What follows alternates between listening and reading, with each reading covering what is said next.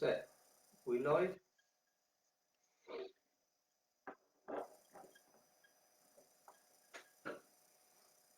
Evening all. Got to wait for somebody to come, haven't we? We hope. Bit early. Come on, folks.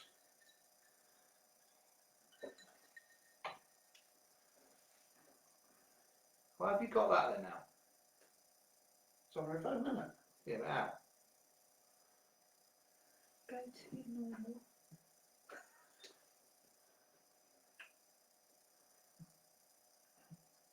There we go. Hello. All right, Aaron. Hello, Aaron. And Clive. Hey, boys. Nice to speak to you. That's it. That's it. We're on. Here's my phone again.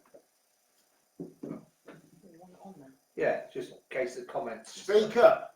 All right. Speak up. Oh, that's it. Well, we better turn that volume down then. Yeah. I hope the sound's all right. Ben Matthews. Hello, Ben. How you doing? Got 17 watching. Right, let's crack on then. Okay. Right.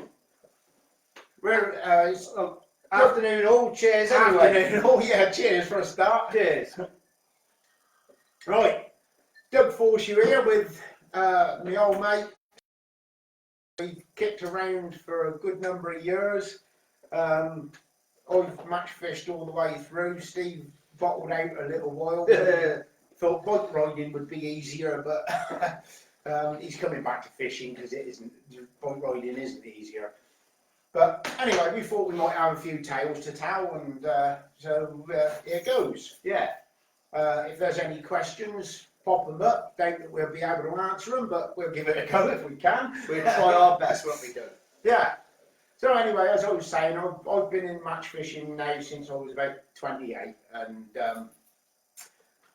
I used to fish predominantly for Radcliffe and Clanfield, which is on the Upper Thames, and for donkey's years I was desperate to get into the Radcliffe Division 2, well, Division 2 as it was then, national team, and struggled like how time I did.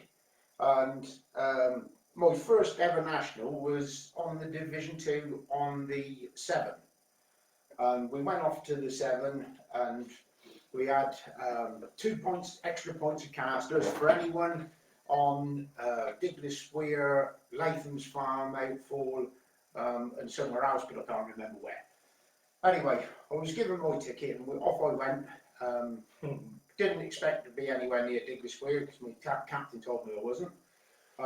Anyway, gets to the place, gets off the coach, heading down the path, and I can hear this rushing water, and I'm thinking, what's going on here? And anyway, gets to the end of the path, and I have to go left, and I find myself right on the last peg on the weir pool of Diglis Weir. You always did draw well, Doug. Yeah, thanks a lot for that, Steve. Anyway, in practice and in chatting, we all decided that if there was bleak about, we'd go for them. And I get on the end of Diglis Weir, bleak topping everywhere, and I'm thinking, no, I can't do this. Anyway, upshot of it was, I went on a feeder, and I ended with £21.15 and was 6th in the Division 2 National, which I was chuffed a bit today. Well done. A couple of years later, I was on the national on the Grand Union Canal. And I know Steve wants to have a little word about this because he just bought a new pole. I remember that very well, actually, Doug. I'm sure you do. Yeah, that new pole that I think it took me about 4 months to save up, of like really hard grafting and saving. Because, like, well, I'll tell you how it started, Doug. We used to fish the, which was a bit of the canal up on the Upper Ayford. Upper Ayford Canal, yeah. You used to take me up there and you used to lend me your 7 metre whip, didn't you? And fish a narrow spit. 7 metre whip to hand to try and get to the far bank to catch the chub on this canal. Anyway, we had quite a bit of success. But Doug had a pole, and I always had this little whip, and you've got a pole. I was like, well, I've got to get one of these pole malarkey things. So anyway, I saved up enough money, and we went up to Foster's, didn't we, at Birmingham? Yeah. So we had a drive up there, and we got this pole. I think it was a Garbellino Shadow. And anyway, it was my pride and joy. I was like, God, look at this pole. This is the week before my national. Yeah, so anyway, I was sat there in the evening, same night, knock on the door. I was like, what's that? Doug, how you doing, mate? All right. He said, Doug, it's Steve, can I got a favour to ask you? I said, what's that then, mate? He said, any chance I could borrow you your new pole? I was like, He said, I've got the national coming up next week. So I said, reluctantly, I said, yeah, all right, but you will look after it, Doug, won't you? Or words to that effect. Anyway, so I get him the pole and off he goes. Anyway, how did you get on with the... you did quite well, didn't you? I haven't got a clue where I drew, but... it was at Milton Keynes, wasn't It it? was at Milton Keynes. Yeah. I drew a section that was a concrete bank where boats tied up, Yeah. and I had virtually barren in front of me, but down to my right, there was just endless overhanging trees, and I just thought, oh no, I'm going to get a right batter in here. But we had the lads from Milton Keynes come out and give us a bit of a talk on it, and said, you know, keep it a couple of balls on the far shelf, bottom of the far shelf, a pinch of squat, pinch of ground bait on your 3 metre line all the time. And I tell you, I've never fished a match where I was such a window. I was a pinch, oh, and it was a great match. Did it have anything to do with the fact that you're using a brand new looking No, Garbellino it pole? didn't really. I thought Everything to do with my skin. But I fished the match exactly as those Milton Keynes guys told us. Yeah, I remember. And I fished the inside out for 2.5 hours.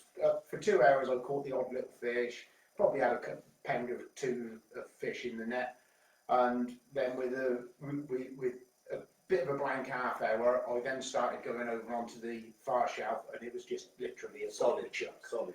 And I caught for the rest of the match only little tiny skimmers, little roach and bits and pieces, but it was for the rest of the match. And I weighed in £11.5 and actually come 10th in the Division 2 National on that. What an achievement, what an Yeah, achievement. which was got me two medals. Yeah. But his lovely pole, I had a lovely Hawthorne edge to Let me carry on the story through, then. so you can carry on.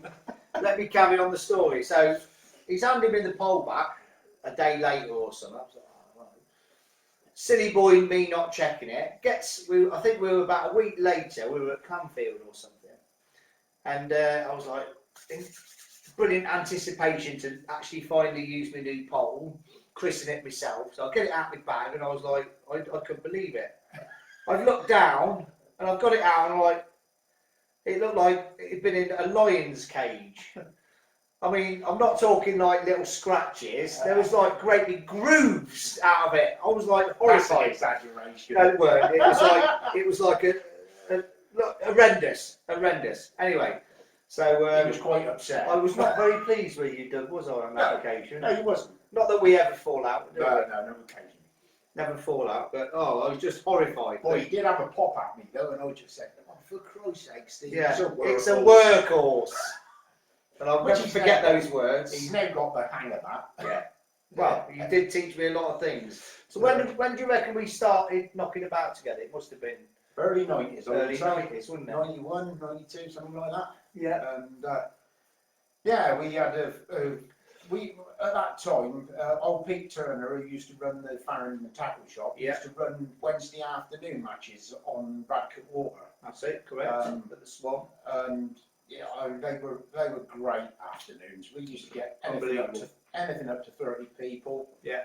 But there was a huge shoal of bream that was why we all went there, and Steve and I always used to go on with so much caster. Well, So we used to have probably what, a gallon and a half of maggot each. No, we had a gallon and a half maggot between us, so we probably had six points. And about a gallon of caster. Well, Pete Turner used to rub his hands when we walked in the shop, I'm sure. We used to go like gallon and a half of maggot, and probably a gallon of caster, and just split it between us. But you needed it though, didn't you? You did, yeah. Because the more you chucked at them bream and chub, The more they'd feed. and they used to laugh at us. We'd turn up in the car park, getting all the stuff out, and they'd like come over and like as you do, like chatting to each other. And we got buckets of all this bait everywhere, haven't we? And they're all going, "Why have you got all that?" And we just like, "Well, what we do." So off the river we trundle, and 9 times out of 10 we'd be in the frame, wouldn't we? We would. But them days, it was literally the more you chucked at it, at the fish, the more you caught, wasn't it? Yeah, definitely. And I remember a few weeks ago watching somebody on here, and they were saying like the carp fishing lakes in the 90s, everybody used to go with loads of bait, and you chuck it all in the first sort of half of the match, and everybody'd run out. But if you had extra bait, you would carry on catching. It was sort of the same with the Thames, wasn't it? Yeah, it was. You know, you get to your peg, you start throwing the cast or whatever in. 9 times out of 10, a lot of people would sort of run out of bait halfway through the match. But if you've got enough to last you, you carried on catching. And the bags of bream and chub, Doug. Yeah, it was unbelievable, unbelievable. Yeah. I have to admit, I did have my best ever match weight there, which was quite small in comparison to what we get up on the Wye, but my best match weight ever was 80 pound 4 ounces, which I was well chuffed with that, but that was only what 16, 18 bream, something like that. On the 60s. Yeah, on the 60s. But yeah, I've always dreamed of hitting the £100, but I've never done it yet. No. Tried hard. I did it once. I remember I used to go down like in the olden days, and because at the start of the season there was no carp places open, so you used to look forward to the 16th and go down and sort of pre-bait the 60s, get down there at sort of R3, sort of June the 16th, and used to sort of hammer the bream. We had a couple of mornings there one morning. We did indeed. Yeah. But I remember one day, I think you came down later and took a load of photos. I don't know whatever happened to them, but I had a load of bream, didn't I? Because we sent them off to the angling times, didn't we? Yeah. And there was, I don't know how many I had, over 20 bream. And they were like proper big slabs, weren't they? Yes. Yeah. But we've had some brilliant memories and times over the years, haven't we, mate? Oh yes, yeah. But before Steve started match fishing, he used to just we worked at the same place. Yeah. And I used to work weekend nights, so I used to do a 12-hour Saturday night shift, come home. Steve used to be round my place, chuck all my kit in his car, and off we'd go, and he'd take me off to whatever match I was fishing, because he wasn't a match fisherman at the time. He just used to come and watch, and I was so pretty knackered from working a 12-hour night shift that he used to take me, and I used to just trundle along and do the fishing, and we went all over the place. All over the place, didn't we? He reminded me the other day of when we was up, when I got him to take me to Evesham. Oh, for a match. Yeah, I know, you've been already. But I know. And as soon as he mentioned Evesham, I knew what was coming. You knew what was coming, didn't you? Because I was fishing this match up there, and I went out on a waggler after the inside line had gone a bit dead. Been feeding it obviously with maggot, and I've gone out and I've had a chub, and I've landed it, and then I've chucked straight back out again, and float's buried. Bang! I've had another one, and the reel wouldn't reel. What the hell's up with this? And he said, "You've got your line wrapped round the top of the rod, Doug." And I expect we've all been there. Yeah. And I thought, oh no, so I gently fed the rod. I'm sat at the top of the bank watching it. Throw my hands, reefs at the back, and watching, thinking he's going to lose this, he's going to lose it. And I've got it there, I've unwound the line, gone back up, and I've still got the chub on. Yeah. How about that? And I landed a £3 chub. And that was a little story that really just tickled the hell out of us, because you're just thinking, I think I said, Not possible. how the hell have you just got that chub in or something like that? I Yeah, just couldn't believe it. I was just like, how's he done that? Yeah. But that was a hell of a place to fish, wasn't Yeah, it? yeah, Up at yeah. the Evesham. So that was a bit of a funny old story, and I can remember we fished the Turner 400 and Thames Championships for years, and Oh yeah. I know Steve had one. Well, he's had a couple of really good results on the Turner 400. I think it was 2004, which I had one of my best years on the river. I think I won 400 and the Swan. But the 400, I drew peg. Well, it was 69.5, wasn't it, down at Clanfield? Yes, it was. And I think I phoned you up. I said, "What's going on? Yeah. There's 69.5." He said, "Well, we've just put a peg there or whatever. Whoever pegged it. I think it was you anyway." Hmm. Anyway, I'd drawn this peg, and we're fishing away, and I remember Alistair Foreshew's missus, Karen. She was like bank running and stuff. And an hour and a half into the match, she's come and stood behind me. So, "How are you getting on, Steve?" So I think the team was me, you, Alistair. Who was the fourth man? I can't remember. Dave Kirk, I expect. Was it Kirky? I think it Probably. could have been Dave Kirk. Probably was, because we had that team. Anyway, Right. on with it. So anyway, an hour and a half in, all I've got is probably £1.5 pound a little gudgeon. So I'm like, just going absolutely nowhere. Tried everything. So I phoned you up, didn't I? Yeah. Phoned you up. I said, "Doug, I'm really in the cart here. What could I do?" He said, "Well, if you look opposite you, that's where the chub are." I was like, "But there's nothing there, Doug. It's just a bare bank." He said, "There's a little shelf there." He said, "Chuck a feeder and try and get it on the shelf." So I went, "Right, okay, I'll give it a go." So I put the phone down, loaded the feeder up, chucked it out, put it in the rod, because I'm stood in the river, but we'll chat about that in a minute. Stood in the river, tightened up, went to get a fag or something, because he was just smoked then, went straight over, great big dog, put the net under it. I thought, "Oh, that's a bit of a result." I think I ended up, I know I had £35, that was my winning weight. I think I had about 10 chub. Yeah. Incredible. Yeah. Do you know what I mean? But the bank just looked like nothing, and the bank was like that, and it went down, and there was like a little shelf, and the sun came out, and you could see it was black with chub, Yeah. but only when the sun came out. Yeah. And you know, that old Clanfield used to be awesome bit of But river after as well. you'd taken them 10, it was only grey with chub, wasn't it? Well, it was a little bit. It was a little bit. But I think that was my best. That was one of my best matches. The other match that I can think Really memorable. pretty memorable was up at Grafton Lock. I think that was on the was that on the Swan? That was on the Swan Hotel, I think it was. Either that year or the year before or something.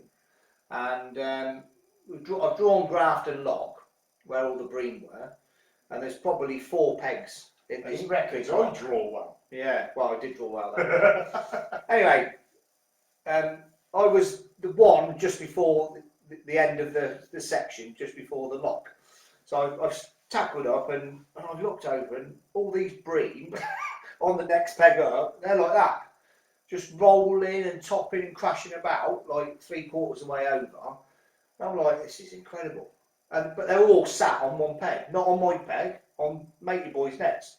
Anyway, he's came up to me, a guy called Paul Lanks, who some of you may remember from years and years ago. And I always remember it, not really funny, but I just remember it.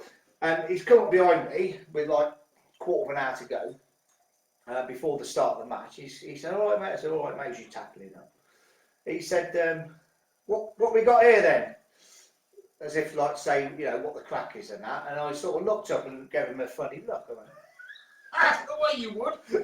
We're all you know, cracking. and sarcastically I said, "Well, you're on a really good chub peg, mate, as you do."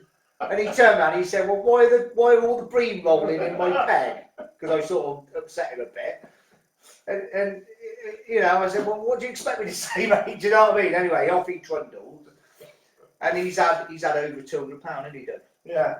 No, No, he was one bream short of 200. Was it? If I remember Was it? rightly. It was a hell of a weight. 196 £196. or 97. And he's put in, I think, about a pint and a half of cask or something in it. Mm. I know there was quite a big crowd behind him, and I Yeah. think that record still stands now for the Probably, for the yeah. Thames actual match weight record. Yeah. Yeah. Anyway, he's had, call it £200 near as damn it. I'm on the next peg. I think I had £63 of bream, and Glyn Loveday, was it? Glyn Loveday was on the next peg, the other side of him, and he's had 65. Yeah. Yeah. So I think we've had we've had over £300 Yeah, of amazing. bream in Amazing. 5 hours. And do you know what? I walked there about 3 or 4 weeks ago, and it's full of boats now. Yeah. It's just like a marina now. Yeah. And I remember about 3 or 4 years ago I fished it, and it's about 5 foot deep now. It's all Really? silted up. Yeah, it used to be about sort of 18 foot. Yeah, Didn't it it? did. It's all silted up now. Deep hole. But that was like unbelievable fishing. That the bream that used to be at Radcliffe, it's like, if you remember them days, you'll know what I'm talking. You know, people like Brian Ballard, name drop. Awesome angler. Awesome angler. Awesome angler. Another memory that I share quickly with Radcliffe. Do you remember the match with Elvis when we stayed on? Do you remember that? Enlighten me a little, Steve. Right. I think. Do you remember Tony Randall? Yeah, Tony Randall. Yeah, Elvis. Yeah. Elvis. And first time I met him, very good friend of mine now. And I think he was on peg 63, and they come and weighed him in. He'd obviously clearly won the match, net full of bream. And we were just like going to the pub, and he was still fishing. Do you remember? And he was catching the bream on the waggler. Yeah. I don't know whether it was you. I'm sure you were there. Yeah. But I know he stayed on, and he was catching these bream on the waggler. Yeah. And it's like river bream on the waggler. Yeah, can't be bad.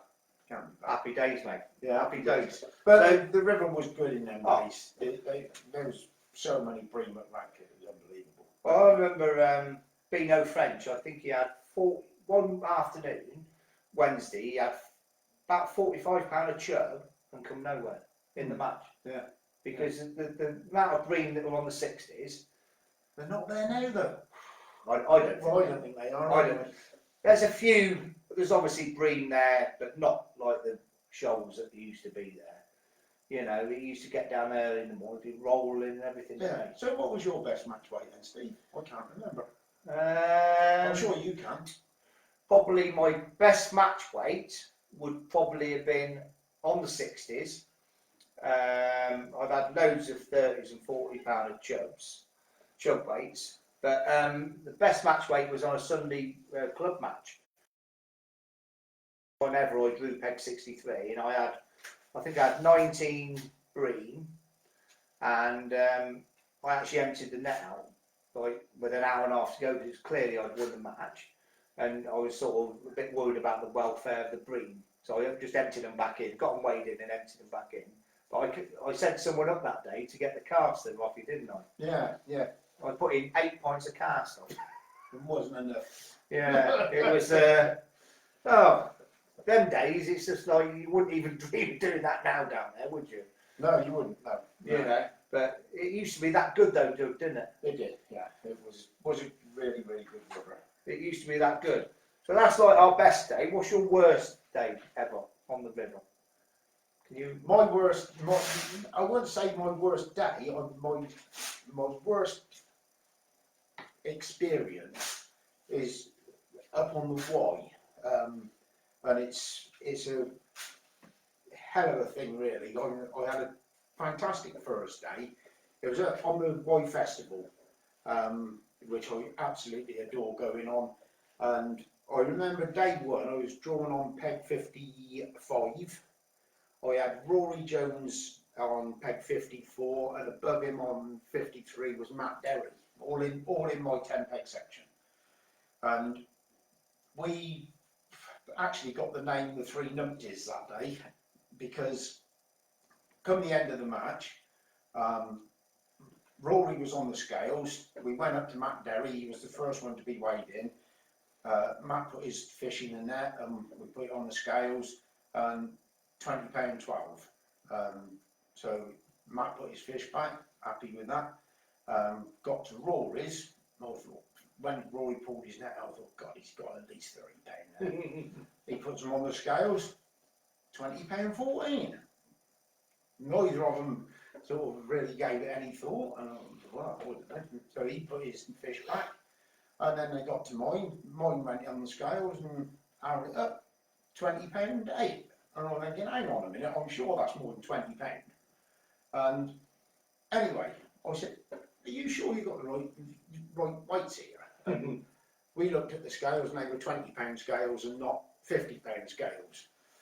Well, obviously we couldn't weigh in Matt's or Rory's again, so I said, well, we've got a choice here. We either weigh mine properly and I'll happily take the first in the section, or we all accept that we've all got the same weight and we share the points. And anyway, when we went back to the draw place, the guy running it, who was Pete Golding at the time, he said, are you three real numpties or what? And I said, yeah, I think we probably are. It's a fair comment. And he said, well, unless you can agree sort of who was first, second and third, then I've got no choice but to give you all second. So that's what he did. That's what he did. And so going into day 2, I got 2 points.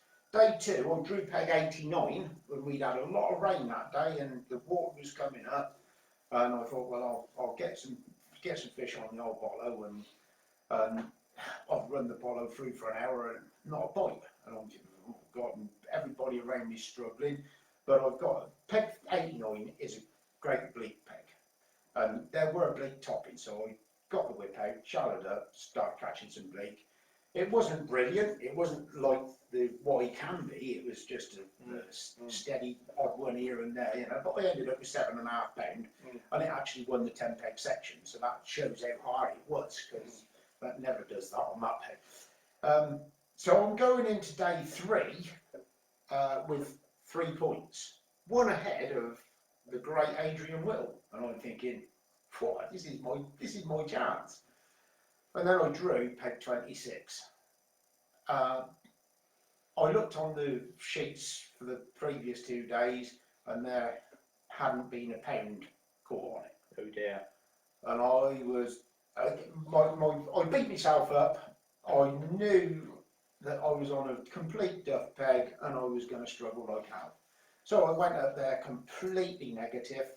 Hadrian Whittle was on peg 2, and I just beat myself up. And anyway, the upshot of it was I chucked out a little feeder and almost immediately got a little rattle. And because my mind was completely gone, and this is a lesson, should be a lesson to everybody, go to your peg positive. If it don't work, then you can think, well, that was a dire thing. But I went to that peg, and because my head was in a negative situation, we've all done it. I could not get myself to start fishing the way I know I should have done it. I should have been horsing the bait in, horsing it in, and I would have probably ended up winning the section. But as it happened, I was stuck with fishing a little feeder down the inside and ended up with £4.5. And I even got smurfed that day because I ended up about 7th in the section. So I lost the. Well, we went from being top of the frame to out of the frame, unfortunately. So that was probably my worst ever. Learn the lesson. You can't never judge the peg until you've been on it and fished it. Do you think the why then? Because obviously you do go up there quite a lot now. And do you think that's like the best river you've ever fished? Oh, without a shadow of a doubt. What, even better than when? Oh, without a shadow of a doubt. It's just such an awesome river. Awesome river. You catch it right, and it's the best river in the country. 100%. So what's your favourite method of fishing in general? I would say knowing you reckon I would have put like more whip, man, really. You used to fish a lot of the whip, didn't you? Well, I do like fishing the whip, and I fish the whip more on the Thames than I would up on the but you had £20 on the wide, didn't you, last year? Was it last year or the year before? Yeah. What? Bleak? Yeah, on the... £20 a bleak, that's some going. In a 4-hour match, that was as well. Yeah, yeah. That was in the charity match. I drew peg 4, and peg 4 is a very iffy sort of peg, and the river was coming up like the clappers. And that particular day, I actually walked all the guys who know the Hereford stretch knows that peg 4 is a hell of a walk. So I walked all the way up to peg 4 because this is just after I'd had my hip done. I was a bit dubious about the bank with the water coming up and what have you, and I didn't know whether I was even going to bother trying to fish it. So anyway, I got up there and looked at it, and again, it was full of bleak. And I thought, I've travelled 70 miles, I might as well have a go at catching a few bleak, if nothing else. Yeah. So I goes all the way back to my car, gets me kit, and fortunately Mark Doherty was there, and he said, Doug, I'll give you a hand to get it up there. So trundles back up, gets back up there with 15 minutes before the start. It's already been reduced to a 4-hour match, and my old mate Jason Bean was on the next peg down. You just said you had a caddy to get up there, Doug. Yeah. Mark's watching over. Oh, Mark did he? Yeah, he's just thanks, on Mark. Who else is there then? Well, Jason Bean's on. Hello, All right, Jason. Loads. Richard Chave. Jamie? How you doing, Richard? Tony Randall, Elvis, How you doing, boys? Gary Didcott, Oh, Terry right, Pearce, okay. Dave Rock. I don't want to know all. Anyway, I got up there, set 2 rods up. One was obviously a feeder rod. I just set the whip up other than that. And, I got myself down on, bearing in mind I've just had my hip replaced, got myself down and got comfortable, but the water was coming up rapid. And I proceeded to just, all I picked up was whip all day. And I ended up with £20 of bleak. Just beat Jason. He'd gone 2.5 hours without a bite, and then he had a chub, then he had a barbel, then he had another barbel, and if he'd had another half an hour, I bet he'd have beaten me, but he had £19, 2 barbel and a cheese. He's done well because he's only just started up there, hasn't he? Oh, Beanie's a great angler. Fantastic angler. Yeah, so that was I do like the whip fishing, but generally speaking, on the boy, it's bollow mainly, but great stuff. Well, I know I used to fish. I used to be sort of renowned for fishing the feeder, didn't I? Oh yeah. Quite a lazy angler, but no, in them days of fishing Radcliffe and Clanfield, though, really you're targeting bream and chub, and to do a proper weight of them, it was either the waggler or the feeder, wasn't it? Yeah. That you would sort of catch on. Yeah. And I remember many years ago when they first come out, the old Carbotech, Normark Carbotech rods, and I went to one of these shows and saw a demonstration of one of these rods. It just blew me away. They got this house brick and they like tied a bit of string to it or whatever, and they were like waving it about with this rod. It's like awesome bit of kit. You managed to break it, Not my Carbotech. didn't you? Oh. No. Oh, Ah, yes, I think I did break yes, it. you did. Yeah, I did break it. Yes, I've got better memory than you. But it was old and very like worn. Yeah, well, I like that. There you go. But one of the reasons I bought it, because we used to, and you'll remember this, we used to fish the Cherwell. We had a spell of fishing the Cherwell, didn't we? Yeah. And I remember, well, 2 occasions. One occasion, you were there, and I'd been out on the drink the night before, and I was still quite inebriated, I think, because I got to my peg and I hadn't got a clue what I was doing. And I chucked a little lip leg out, and then all of a sudden I looked at chub and got this chubby, and I just sat and looked at it in my landing net, thinking, I ain't got a clue what I'm doing. Still. But the other time was, I think I drew past the railway bridge up down at Ascot. It was a bit of a walk, and I was on this bend. Anyway, there was a big overhanging tree on this bend, and I've ended up flicking a little link lead, and it was going under this tree, and I kept hooking these chub, and my old Drennan medium feeder rod was bent double, and I think I did really well that day. I had about 3 or 4 big chub out, but I know I lost as many as I got out. Anyway, I got these chub, and it's like, oh. Anyway, a week later, I went to one of these shows and seen this demonstration of these Carbotech rods. I thought, that's just what I need, one of them. So I bought myself one, 400 quid it was. But Never paid that for a rod in my life. But what a bit of kit, and it just won me so much money. So I think that's probably one of my best bits of kit. That's why I used to sit on the feeder. I still use it now. Yeah. It's still like, it's You like never on its get last legs. But I still do get it out now and again. Yeah. Awesome bit of kit. Awesome bit of kit. But that was probably my best bit of kit I ever bought. What was yours? What do you reckon yours was? I think the acolyte rods. Yeah.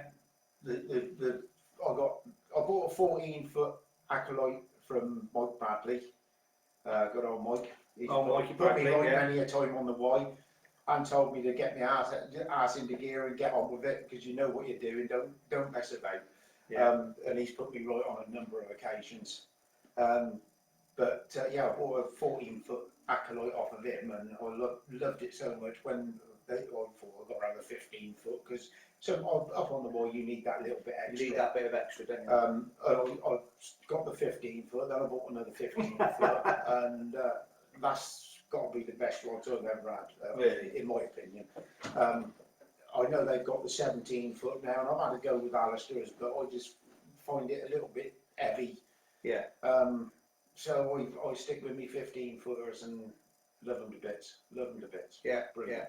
Well, I think technology, like years ago, going back to when I bought my first bowl that you wrecked.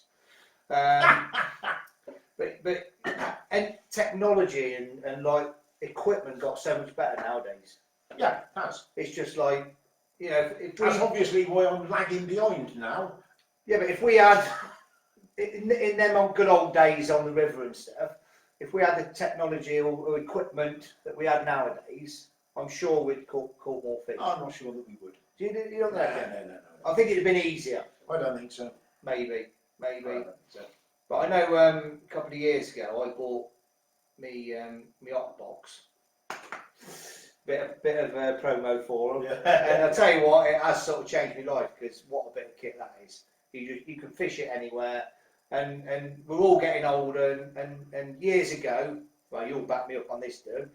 We used to go to the river, walk up the river all with our kit On our shoulders. on the shoulders, unstrap it all, just throw it in the river, didn't we? Yeah. Just stand in the river for like 5 hours. Yeah. It was like that's what we did. Yeah. Like river rats. Yeah. You know, you just like all your bait trays and your it was just all there to hand because you got to obviously. We used to carry a bread tray. Yeah, chuck Just- that in just to stand on. That's it. That's Yeah. it. You know, but like obviously the years have passed and we've all got a bit older And fatter. and fatter. Well, I'll tell you now, I couldn't do it now. I could not stand in the river. I could stand in there for about 10 minutes. My back went out it. No. So again, that was one of the reasons of buying one of these Fandango like boxes because you just want to make it more comfortable. Absolutely for fishing, and I think especially as you're getting older, the more comfortable you are, the better you fish. When you're younger, it don't really matter because you're fit and young and you stand anyway, don't you? You know what I mean? I've never been fit and young. Yeah. I remember that time. Just chatting, thinking about that when you had an episode with your car, didn't you, once in Clanfield car park? Do you remember that? No. What, you enlightened me. When you left it in gear? Oh, thanks for reminding me. Yeah, of that one, I wasn't going to bring it up. Well, it was a bit of a lag. It was the last. Was alcohol involved the night before? No, Oh, no. It was a flat battery that was involved. Basically, I went off to a draw for the last Open of the season. Pete Turner was down at the Clanfield Football Club with all the bait and what have you, and I've done my draw, gone back to my car, managed to start it, which was a miracle, and then I realised, again, I haven't picked my bait up from Pete. So rather than just leaving the car ticking over, I'm walking over to Pete, I just put it in gear, drove round to where he was parked, and knocked it out of gear as I thought, put my right foot out, followed me with my left foot, and the car went off because I'd still left the bugger in gear. Went straight through a wooden fence. Yeah, I remember that. I had to go and repair that. And all Yeah, that. yeah, yeah. It was Oh. quite, looking back, it was quite funny, but at the yeah, that was a bit of a crack as well. Where do you think? Talking of, like we talked about the probably the best places that we fished. Obviously, Radcott and Clanfield years ago, and now you're on the Wye, and I've gone over to the dark side now. We're fishing carp puddles. Yeah, can't handle it, can you? No, wow. I do sort of miss because it's in your blood, isn't it? River fishing. Yeah, It is sort of in your blood. Well, it doesn't bother me doing anything else. But- to be honest. But you know, I sort of, without blowing my own trumpet, I did achieve a lot of things over the years, and just felt that I needed a new challenge. So I've gone over to sort of carp match fishing, and it's just like blown me away. How far behind I am with it all. And you go on some of these matches, and because I fished Tunnel Barn Fishermania qualifier this year, and I've had like 2 F1s in the first 5 minutes on the lake. And everybody's gone like, oh, he's catching well. I'm thinking. I said to my missus behind me, Ellen, who comes to most matches, I said, yeah, I'm doing all right here. It's like 5 minutes in. And that was a light switch, I bet. And that was it. All I've done, I just basically sat watching the bloke opposite me, just bagging carp. And I'm like scratching my head. I'm like, but there's just so much to learn. It's amazing. I was starting on so many matches where you start catching really well, and and you think, oh, if I can keep this up, and it's like a switch, isn't it? It is. As soon as you think that, as soon as you think it, it's gone. Yeah. And everything disappears, and it all starts going tits up. Because you sit there in the match, and it's like 5 minutes to go, and you've got all your stuff ready, and the whistle goes. You think, right, softly approach. So you just put a bit of bait in. I don't understand softly anymore. Well, you don't. You chuck it all in, douche, as Andy May would say. Chuck it all in, but softly approach, and like you say, you start catching sometimes, and you think, oh, this is in the back, and then that's it. It's game over. It's strange. You know, it's strange. It is. But one fish can change a match just like that. Because I remember up on the Oxford Canal. It was like middle of winter. You were on the match, and Lenny Simpson had that carp. Do you remember that?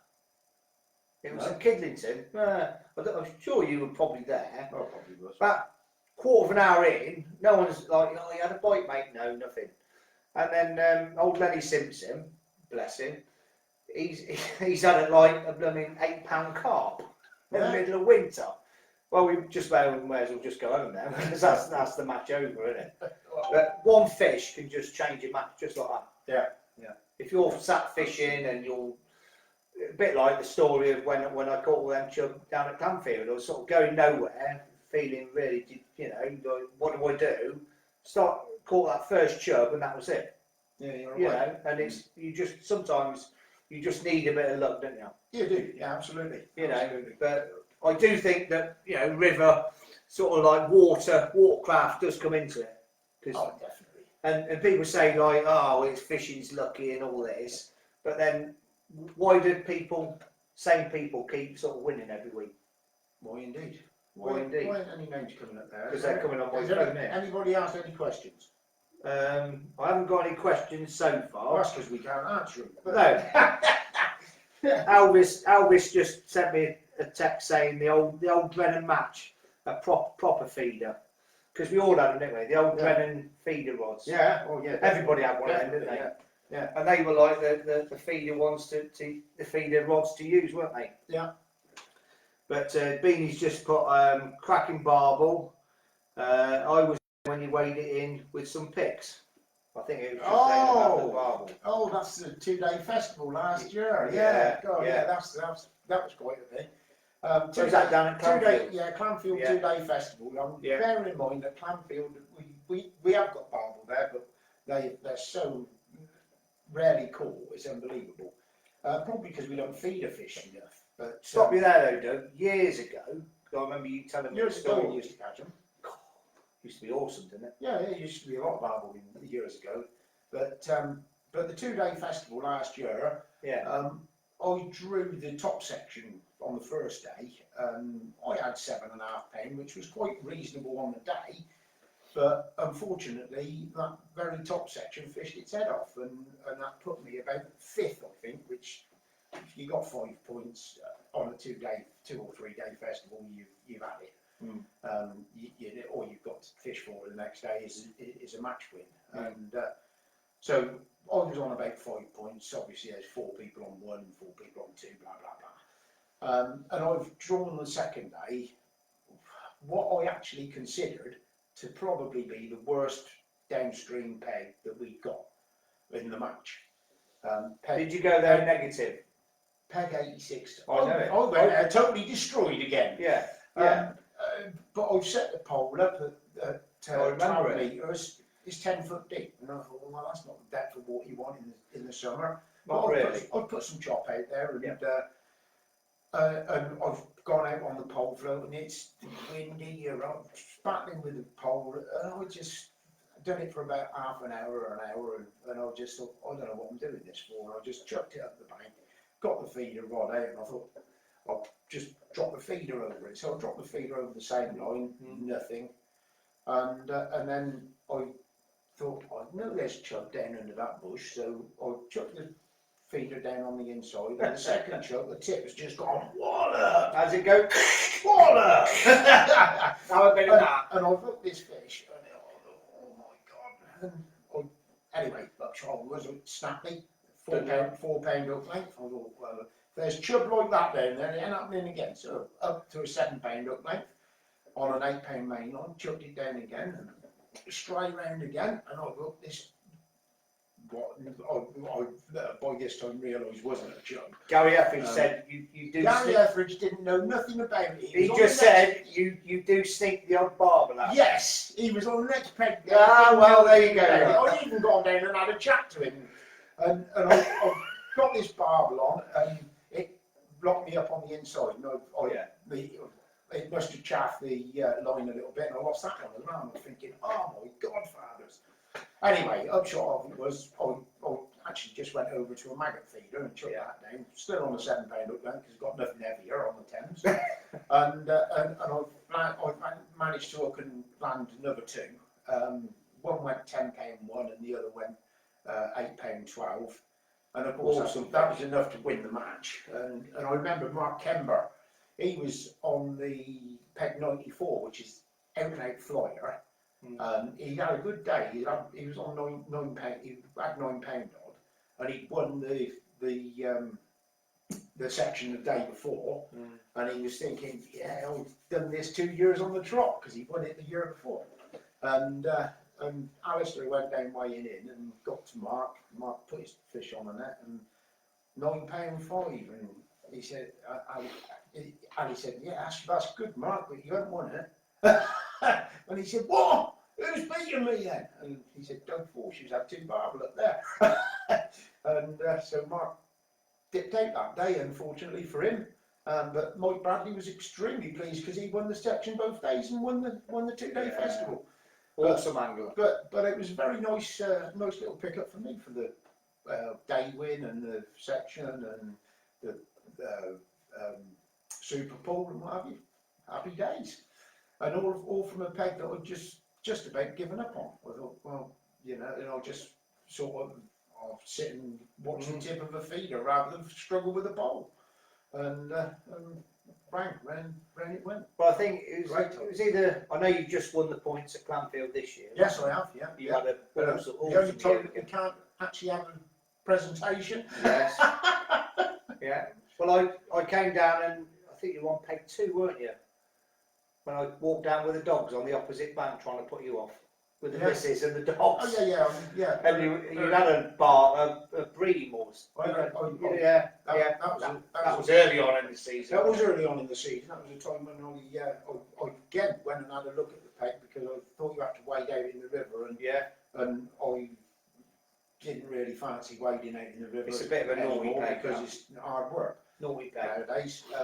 But you sat on my box I sold you, didn't you? Yeah.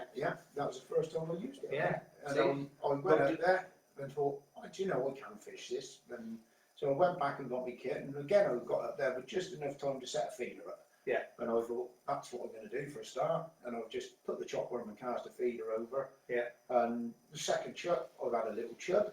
Third chuck, I've had a bream. And the fourth chuck, basically, I've had another chub of about 2.5 pound. So I've got 3 fish in the net, inside, good inside half an hour. And I thought, again, I'm going to empty this. And never had another bite. So I ended up wheeling a few more fish out on a whip later on. But Yeah. funny old game that was. It's so satisfying to get them bream at Cranfield because no years ago there was the odd sort of weight come out. They don't very often But show they don't come out, in do they? numbers. No. They odd one here and there. But they're just beautiful fish, aren't they? Oh, great, yeah. Cracking fish. Yeah. And Pristine. just like the last few years, they've sort of shown up anyway, haven't they? On pegs that you wouldn't really think that they would be there, people have caught them. Yeah, yeah. Do you know what I mean? Absolutely, yeah. I think Alice's nephew had them on peg 15, didn't he, on a pleasure fishing session. Yeah, yeah, yeah. First yeah, day of the season. You know, and it's just like, because really, they always used to live on peg 46 and peg 44. They were the bream pegs and peg, 40 or whatever. Yeah. But their old bream can show up anywhere, can't they? Yeah, they can. So Smurf had one on the shallows, didn't he? A couple of years ago. Because me and Alistair went away, didn't he? Peg 10, I think it was. Something like that. Yeah. I know they're probably spawning or whatever, but it's like they're unheard of sort of being there. Yeah. But awesome fishing days, mate. Awesome Absolutely. fishing days. Yeah. Brilliant job. But the river changed over the years. Yes. though. Yeah. Just totally changed, didn't it? Definitely. I think 2007, once we had the floods, it was like a light switch with the river. It completely changed it overnight. Did change it big time. We had a massive problem with crayfish, didn't we? We did. And you couldn't fish the chop worm or caster on, you just couldn't fish it, could No, you? so that's probably when we stopped catching barbel so much. Because we stopped feeder fishing so much because of the crayfish. Absolutely.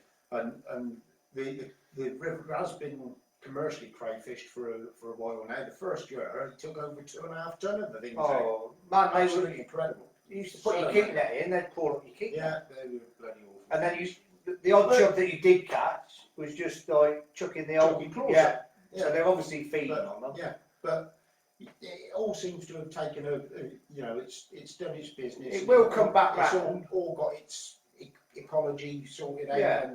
and the crayfish aren't such a big problem now. They're really not. And that's what I've noticed, especially Radcliffe and Clanfield. Every year seems to be different. I mean, there was a long time ago when we first started fishing. I remember one year, the river was just absolutely full of bleak. And unless you went up there and fished for bleak, You come nowhere. You'd come nowhere. Yeah. And then we had the years when I know the Oxford boys, they used to start coming over on the Wednesday matches and stuff, and we could never understand why they would sort of like doing well. Anyway, we sort of found out some inside information, and they were all fishing the chop worm, weren't they? Yeah. And we like, what's that about? Yeah. And What's that about? Anyway, we once saw. we sussed that out, They showed us how to do it, Yeah. and it was literally worth any match. It was worth £4 or £5. £4 or £5 the first half an hour, wasn't it? Yeah. Put the chop in, Yeah. and they're like great big perch, aren't Yeah. they? Donkeys. Yeah. And it's just, unless you were around them days, it's so hard to sort of try and talk about it Yeah. and explain actually how good the Thames was then. Yeah, it was. Yeah. Yeah. You know? Anyway, I seem to recall you was going to ask me what my best match year was. Go on then. What was your best match here then, Dougie? Thank you. I'm glad we got that. I'm glad you mentioned We are that. now running out of time, believe it or not. Yeah, we are nearly. Right, my best match year has Go on then. got to be 2018, and now somebody's phone's ringing. 2018. Awesome, yeah. The 2-day festival on the Y. I drew peg 101 the first day, and all you guys on the Y know peg 101 is Absolutely. a barbel peg. Brilliant. And I had Mike Bradley above me, and we had a little tussle going on, and we both feeder fishing obviously, and I caught a chub and I caught a barbel and another barbel and another barbel, and anyway, my bite started to tail off towards the end, and Mike Bradley started bagging, and I thought, you've got me beat here, Mike. And he said, I'll bet you £1 I haven't. And he said, I reckon you've got about £45 and I've got about 37. And you know, how that bloke does it, I've got no idea, because he's so close every time. I actually ended up with £46 and he had 38. So he was £1 out on both of us, and yet he was 100 yards away, well, 50 yards away from me.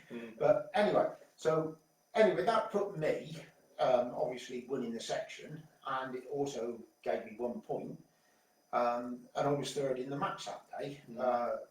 The guys that beat me was Spud Murphy. He had £48, and Lee Edwards on peg 96 had, I think it was £51. So I'm going into day 2 with 1 point and third heaviest weight. And that night went absolutely bitter cold. We got to the draw in the plough next morning, and I drew peg 57, and I thought, okay, well, that's not the worst of pegs, not the best, but it's not the worst. So I went off to record my name on the sheet, and to my horror, immediately above me was Spud Murphy, and I thought, oh, that's bad news. And then immediately above him was Lee Edwards, and I'm thinking, it's even worse. And to be quite honest, 2 Welsh internationals above me. If this is a fish race, I stand no chance. Was my thinking again. But anyway, the river went rock hard, absolutely rock hard. And if you wasn't on the 88 to 96 or 95, then 90s from the middle, then you know you really struggled. And anyway, all of my section struggled like hell. I think it was about 6 bites, 6 little fish, and I weighed in £1.12. I know Spud had a big fish on, but it turned out it was a pike, and he'd had 2 fish, 1 barbel and 1 grade, 1 chub and 1 grading for £1.08, and Lee Edwards had had 1 bite, 1 chub for £1. And yes, I'd actually won the section. And the video is on YouTube. It is. And old Clive Branson was. Do you sit and watch it every night? No. I can remember, see yourself on the telly. I can remember Clive walking along saying, I've just had a report that Doug's won his section with £1. He said, you know, he could have won it. Anyway, upshot of it was that old bugger, Darren Harper, has to have his little last say, doesn't he? And he's had £35 the first day, and then he's drawn, I think it was peg 88, just the start of the fish over the other side, and he ended up with £17 the second day. But all fair play to Darren. At the end, he said to me, he said, I've done, Doug. He said, well, let's just call it a draw. We were both first, and I said, that's a good idea, Darren. He said, you ain't sharing the money. But that was a great time. And then, that was obviously in the 17-18 season, and then in the 18-19 You've done well, mate. You've done well. I was up there on the World Championships, and I was following Danny Ashington into the draw, and Danny picked up 2 envelopes, and he obviously got to put one back. He put one back, and I thought, I'm going to have that one. And this is 2 weeks before I have to have my hip replacement. And anyway, I picked up this envelope that Danny put back, opened it up, and I'm thinking all the time, the last thing I want is a long walk. And opens it up, 103 Field Farm. And I thought, oh my God, Father, it's the last thing I wanted. But anyway, off I went to me peg, walked half of it, left me trolley, walked on for 500 yards, dropped me rod bag and me buckets, went back, got me trolley, went past me rod bags, finally got there. Then I had to do a load of peg clearing, because there was a load of streamer willow trees just running down, making it really awkward, so I had to cut all them back and what have you. And I've proceeded to, when the start of the match went, I proceeded to throw the feeder out and feed a bit of caster, and just feeding it, you know, as you do, and nothing happening. So we reeled the feeder and thrown that at the bank, got the waggler and thrown that out, kept feeding. An hour's gone past and I've not had bite. Then all of a sudden the float bearing, I've had a little grayling. And I thought, well, at least I've caught. Yeah. The very next chub, boom, there it went, and Full on chub. into a chub. In that next hour, I put 8 chub in the net, and I just kept catching for the rest of the match. Not really fast, but periodically. And I ended up weighing in £60 a chub. And fortunately, it was a day when the river didn't fish that brilliantly, and I come second in that. So that was probably my best year ever. I did come second to £114, but he was right on. And Yeah, and but I have to say here, I don't know whether there was a guy called Chris that was on the next peg down, weighed in about £27. Great guy. He packed up, was off up with his kit, and I still hadn't even got mine out of the mud. And he stopped and he said, "Doug, do you need a hand to get up?" And I think I would have still been there now if he hadn't given me a hand, to be honest. Yeah. But he gave me a hand, so thanks for that, Chris. That was real good of you. Yeah. I really appreciated that. So yeah, that was my best match. That was just absolutely awesome. Just to beat Spud and Lee Edwards was so much special. And I've always wanted to, since I've been going up on the Wye, which is about 5 years now. No, and it's more than that. It's probably about 7 years.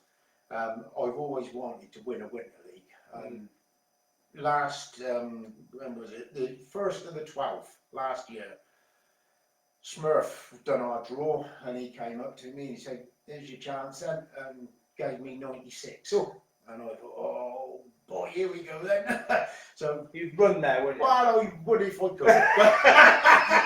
but running's not my thing at the moment these days. But off I went to 96, and I had a lovely day's fishing. I weighed in 55 pounds something. Awesome. And I thought, well, any ordinary time that would be good enough. But I'd already heard that I got Ed Warren and Rory Jones up on 92 and 93, he emptying it of dates.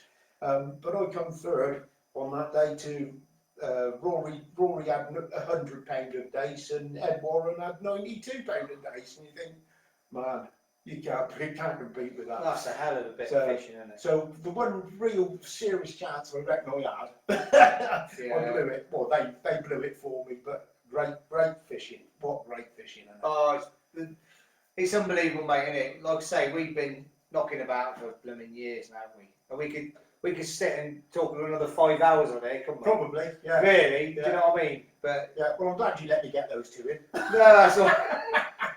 Listen, mate, I've really enjoyed today. Give us a handshake. No, go on then. Shouldn't, but we did. We're gonna have to shoot off now because we've been here on air an hour, haven't we? Yeah. But So- I've really enjoyed it, mate. Just chatting and reminiscing over there. Yeah, nice. It's chatting been to good, the mate. lads. And I think what Clive's doing on here is absolutely fantastic. Yeah, it is. And it is. some of the other guys now, I've sat down and watched them, like Gary Etheridge and Richard and Bob Nudd and all them. Honestly, it's brilliant just to sort of see what. Quite an honour to be in the same group as Bob Nudd, isn't it? Hey, it's not bad, is it? And Richard Chafe. Yeah. And all the rest of them. If he wants Sean my, Ashby. if he wants my phone number, I'm sort of available for sort of chats or whatever. Somehow we But no, I've really enjoyed it, Doug. Yeah, Really good. enjoyed So it. yeah, So yeah. Good. that's it. We better Yeah. sign off now. So thanks everybody for watching, Yeah, thanks for watching, and hope you've enjoyed it. we'll see you on the bank soon. We will indeed. Right. Cheers, guys. Boys. Thank you. Bye.